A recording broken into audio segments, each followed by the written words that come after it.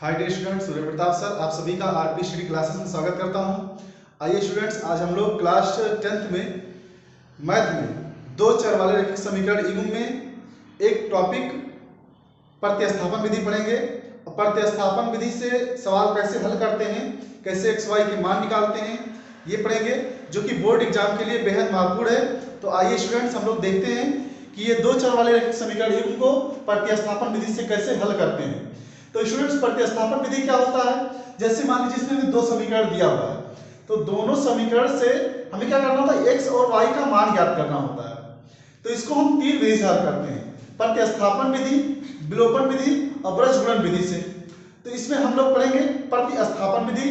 प्रतिस्थापन विधि में हम लोग क्या करेंगे, दो समीकरण दिया हुआ है, दोनों में से किसी एक समीकरण से चाहे x का मान और चाहे y का मान निकालेंगे और उसको दूसरे समीकरण में रखेंगे, तो उससे एक मान प्राप्त करेंगे। और जब वो जो मान आएगा उसको पहले समीकरण में रखेंगे तो क्या होगा, वो मान प्राप्त होगा। आइए देखते हैं क्वेश्चन नंबर 1। क्वेश्चन नंबर 1 दिया हुआ है x प्लस वाई बराबर 14, x माइनस वाई बराबर 4। तो इसको समीकरण 1 मान लीजिए और इसको समीकरण 2 मान लीजिए। तो समीकरण 1 से क्या करेंगे, x का मान निकालेंगे। तो समीकरण 1 क्या दिया हुआ है, x प्लस वाई बराबर 14। यहां से क्या करेंगे, x का मान निकालेंगे। तो x का मान कितना आ जाएगा, 14, और ये प्लस वाई है, इधर पक्षांतर करेंगे तो माइनस वाई, ये x का मान आ गया। अब x का मान क्या करेंगे, समीकरण 2 में रखेंगे। x का मान समीकरण 2 में रखने पर, ठीक।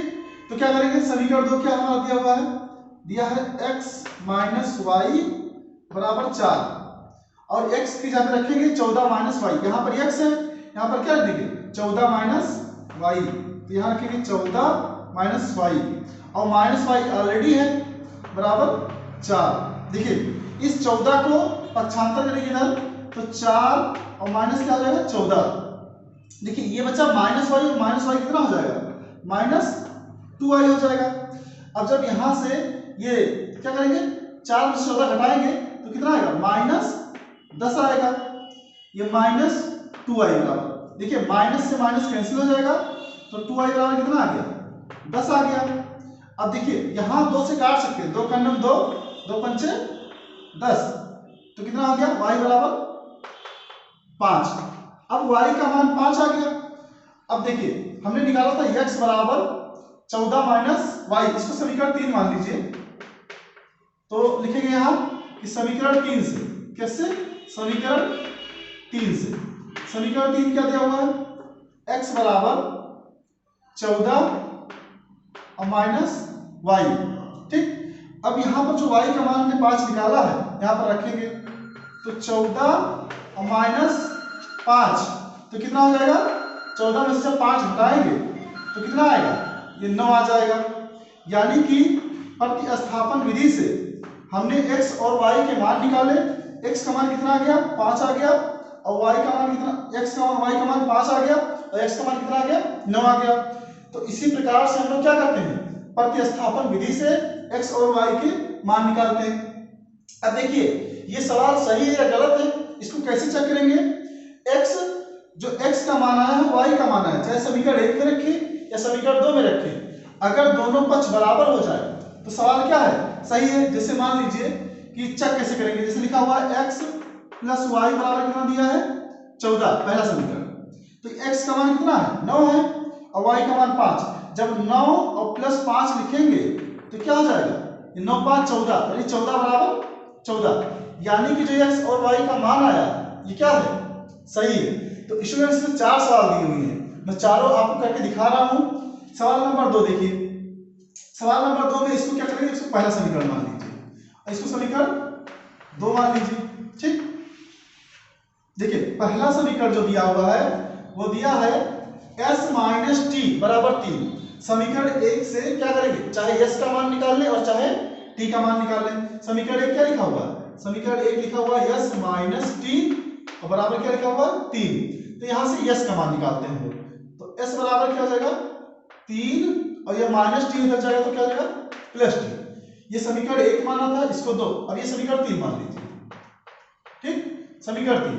अब समीकरण 2 में क्या करेंगे, समीकरण 2 जो लिखा हुआ उसमें इसका मान रखेंगे। तो लिखेंगे समीकरण 2 में s का मान रखने पर,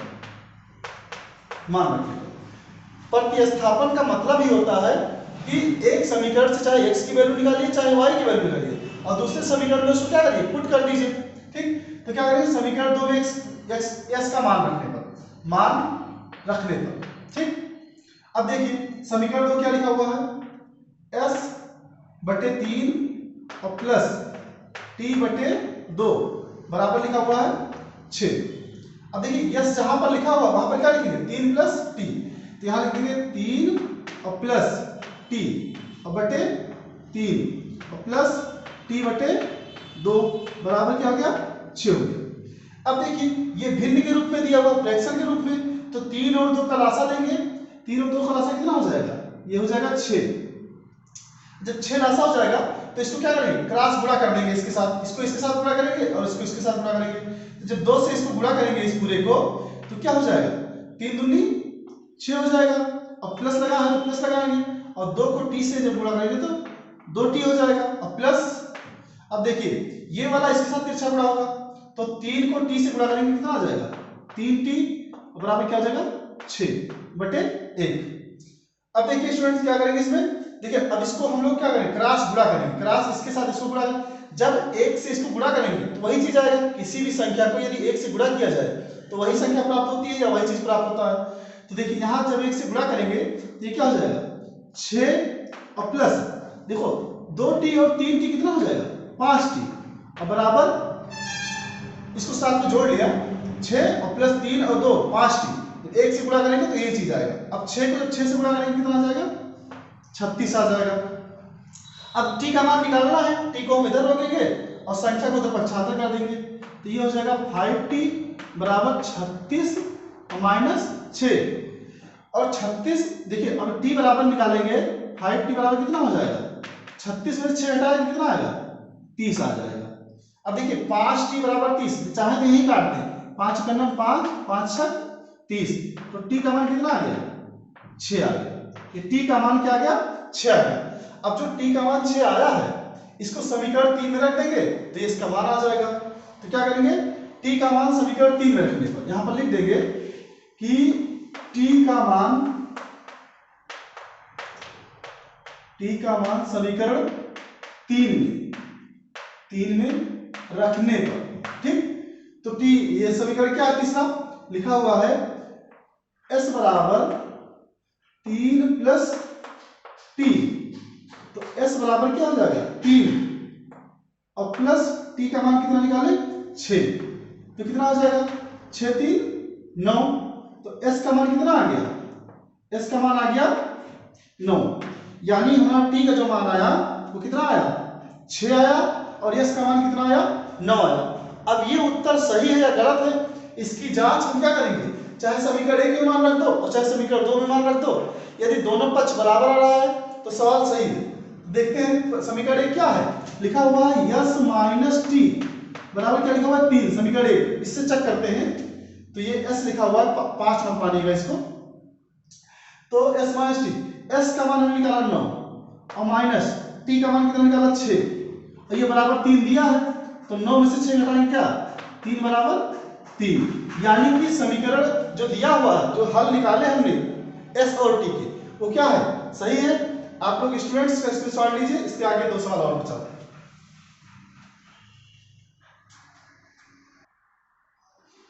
आइए स्टूडेंट्स क्वेश्चन नंबर 3 जो दिया हुआ है, जो हमने 2 क्वेश्चन अभी हल किया, सेम उसी प्रकार से क्वेश्चन नंबर 3 भी होगा। कैसे, लिखा हुआ 3x माइनस वाई बराबर 3। अब यहां से हम लोग चाहे y का मान निकालेंगे चाहे x का मान निकालेंगे और समीकरण दूसरे में रख करके वो भी हल कर लेंगे। जैसे हमने 2 सवाल किया ठीक उसी प्रकार से तीसरा सवाल भी होगा। आप तीसरे सवाल को स्वयं हल करें और कमेंट बॉक्स में इसका उत्तर बताएं कि आप लोग कैसे लगाते हैं। ठीक, तो हम चौथा नंबर क्वेश्चन बता रहे हैं, ये थोड़ा अलग टाइप का है, देखते हैं। क्वेश्चन नंबर 4 दिया हुआ है, समीकरण देखिए 0.2x और प्लस 0.3y बराबर 1.3, इसको समीकरण 1 मान लेंगे। समीकरण 1 0.4x प्लस 0.5y बराबर 2.3 समीकरण क्या मान लेंगे इसको 2 मान लेंगे। अब देखिए स्टूडेंट, इसमें दोनों में क्या है पॉइंट है, दोनों में क्या है पॉइंट है। एक अंक बाद देखा जाए तो पीछे से एक अंक बाद इसमें भी पॉइंट है, पीछे से एक अंक बाद इसमें भी, एक अंक बाद इसमें भी। तो हम लोग क्या करते हैं कि जैसे मान लीजिए कहीं पर लिखा हुआ है कि 0.3, जब एक अंक बाद दशमलव लगा होता है, दशमलव को हटाने के लिए हम लोग किससे गुणा करेंगे, जब 10 से गुणा करेंगे तो ये क्या हो जाएगा, ये हो जाएगा 3.0 हो जाएगा, यानी पॉइंट क्या हो जाएगा, एक अंक खिसक जाएगा। तो इसी प्रकार से हम लोग क्या करेंगे, इसमें पॉइंट जो है सभी में एक अंक बाद है, तो पूरे समीकरण 1 को 10 से गुणा करेंगे ताकि पॉइंट क्या हो हट जाए। ठीक, तो लिखेंगे समीकरण 1 को 10 से गुणा करने पर, यहां पर लिखेंगे कि समीकरण 1 को 10 से गुणा करने पर, जिस 10 से गुणा करेंगे तो क्या हो जाएगा, 2x हो जाएगा, क्योंकि ये पॉइंट यहां चला जाएगा तो ये हो जाएगा 2x, कितना हो जाएगा 2x, और प्लस 0.3 है तो ये कितना हो जाएगा 3y हो जाएगा, और बराबर ये क्या हो जाएगा 1.3 कितना हो जाएगा, 10 से जब गुणा करेंगे तो 13 हो जाएगा, जब दोनों पक्षों में 10 से गुणा करेंगे ये पॉइंट हट जाएगा। ठीक, तो समीकरण क्या मान लेंगे, इसको समीकरण 3 मान लेंगे। ठीक, अब देखिए समीकरण 2 को भी 10 से गुणा करेंगे दोनों पक्षों में, समीकरण 2 को 10 से गुणा करने पर, 10 से गुणा करने पर, ठीक, जब इसको 10 से गुणा करेंगे तो क्या हो जाएगा, ये हो जाएगा 4x और प्लस क्या हो जाएगा 5y और बराबर कितना हो जाएगा 23। ये समीकरण क्या हो गया 4। अब समीकरण 1 से x का मान निकालेंगे या y का मान निकालेंगे और समीकरण 2 में रखेंगे। ठीक, तो समीकरण 1 से, समीकरण 3 से, समीकरण 3 से क्या करेंगे, देखिए लिखा हुआ है 2x प्लस 3y बराबर 13। ठीक, तो इसको हम पक्षांतर करेंगे, जब x यहां से 2x को रखेंगे और यहां क्या हो जाएगा 13 और ये प्लस 3y है, जब पक्षांतर करेंगे तो ये हो जाएगा माइनस 3y। जब यहां से x का मान निकालेंगे तो 13 माइनस 3y और बटे क्या आ जाएगा 2 आ जाएगा। अब ये x का मान उठाकर क्या करेंगे, जो समीकरण हमारा 4 दिया हुआ है इसमें रखेंगे, लिख देंगे कि x का मान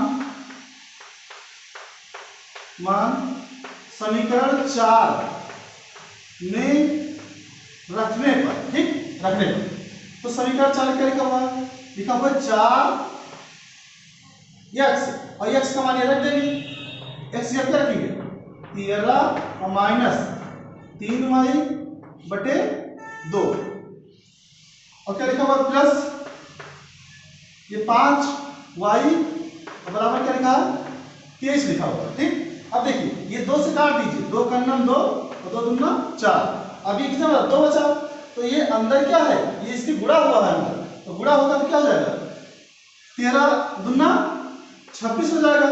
ठीक, क्या 26 और माइनस 3 दूनी 6y और प्लस क्या है ये 5y दिया ही है और बराबर 23। ठीक, तो ये क्या हो जाएगा, अब देखिए यहां पर इसको कर दे रहे हैं, ये लिखा हुआ है कि 26 लिखा हुआ है और ये लिखा है minus 6y plus 5y, minus 6y plus 5y कितना आएगा -y, क्यों, क्योंकि माइनस वाला बड़ा है तो बड़े वाले से ऊपर हटाएंगे तो माइनस के साथ चलेगा, -y बराबर 23। ठीक, तो -y ये क्या हो जाएगा 23 और ये प्लस 26 इधर आएगा तो क्या हो जाएगा -26, तो -y बराबर कितना हो जाएगा 23 में 26 हटाएंगे यानी 26 में 13 लेकिन आएगा क्या -3, तो ये माइनस से ये माइनस कैंसिल हो जाएगा, तो y बराबर कितना आ गया 3 आ गया, y का मान 3 आ गया। अब y का मान क्या करेंगे, ये जो हमने यहाँ निकाला है ये x बराबर, इसको मान लीजिए समीकरण 5 मान लीजिए, x बराबर जो इसमें लिखा हुआ है इसी में y का मान रखेंगे, तो लिख देंगे कि समीकरण 5 में, इसमें समीकरण 5 में y का मान रखने पर समीकरण 5 क्या दिया हुआ है, दिया है x बराबर 13 माइनस 3y और बटे 2, ठीक। तो 13 और माइनस 3 और y का मान कितना 3 और बटे 2, ठीक। x बराबर दिया हुआ। अब जब 13 हो जाएगा और 3 त्रिका 9 माइनस 9 और बटे 2, तो यहां से लिखेंगे कि x बराबर क्या हो जाएगा, 13 में से 9 घटाइए तो कितना आएगा 4 आ जाएगा, 4 और पूरे का बटा क्या है 2, ये 2 से काटेंगे, 2 कन्नम 2, 2 दूना 4, x बराबर कितना आ गया 2 आ गया। तो y का मान हमारा कितना आया 3 आया और x का मान कितना आया 2 आया। अब स्टूडेंट्स आप लोग चाहें तो समीकरण जो हमने 3 और 4 निकाला है इसमें x और y का मान रखें और मान रखने पर चेक करें कि ये सवाल सही है कि नहीं सही है, आपको दिखा देना चेक करके। देखिए x का मान कितना है 2 है, y का मान 3, x का मान जब 2 रखेंगे तो 2 दूना 4, y का मान 3 रखेंगे तो 3 त्रिका 9, 9 और 4 जोड़ेंगे 13, 13 बराबर 13, यानी ये सवाल क्या है सही है। स्टूडेंट्स आप लोग इस सवाल को अच्छे से पढ़िए और देखिए सवाल आपको कैसा लगा, लाइक करें, शेयर करें और कमेंट करें। धन्यवाद।